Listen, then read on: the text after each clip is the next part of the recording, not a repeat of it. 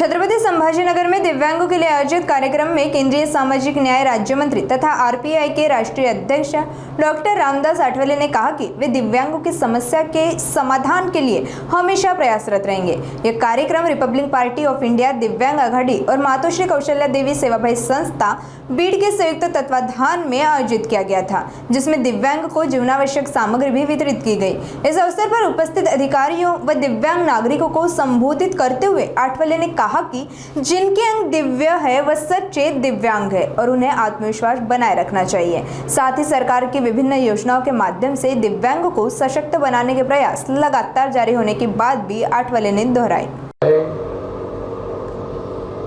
आणि दिव्यांग जनांना लागणाऱ्या ज्या वस्तू आहेत त्या सगळ्या वस्तू देण्यासाठी ईडीप कॅम्प आम्ही घेतो।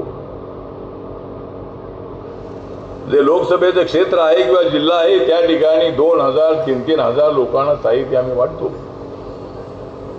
कानपूरमध्ये एलिम्को कंपनी आहे, त्या ठिकाणी दिव्यांग जनाला लागणारं सगळं साहित्य बनवण्यात येतं आणि सर्व दिव्यांग जनांना फ्री ऑफ चार्ज मध्ये ते सगळं साहित्य वाटण्यात येतं। CSR फंडाच्या माध्यमातून सुद्धा ट्रिसायकल आहे, त्यानंतर आपली व्हीलचेअर आहे, बॅटरीची व्हीलचेअर आहे। अशा पद्धतीने आमच्या मंत्रालयाच्या वतीने आम्ही ते देतो आणि अनेक मोठ्या मोठ्या कंपन्या आहेत की त्या कंपन्यांच्या माध्यमातून 1 करोड, 2 करोड, 5 करोड, 10 करोड रुपये घेऊन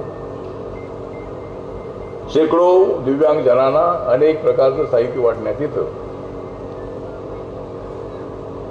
आता सुरेश माने हे तसे सातत्याने फिरणारे आहे, त्यांना डोळ्याला दिसत नसेल, त्यांच्याजवळ एवढी बुद्धी आहे की त्या बुद्धीमुळे त्यांना सगळं जग दिसतंय, त्यांना सगळा महाराष्ट्र दिसतो।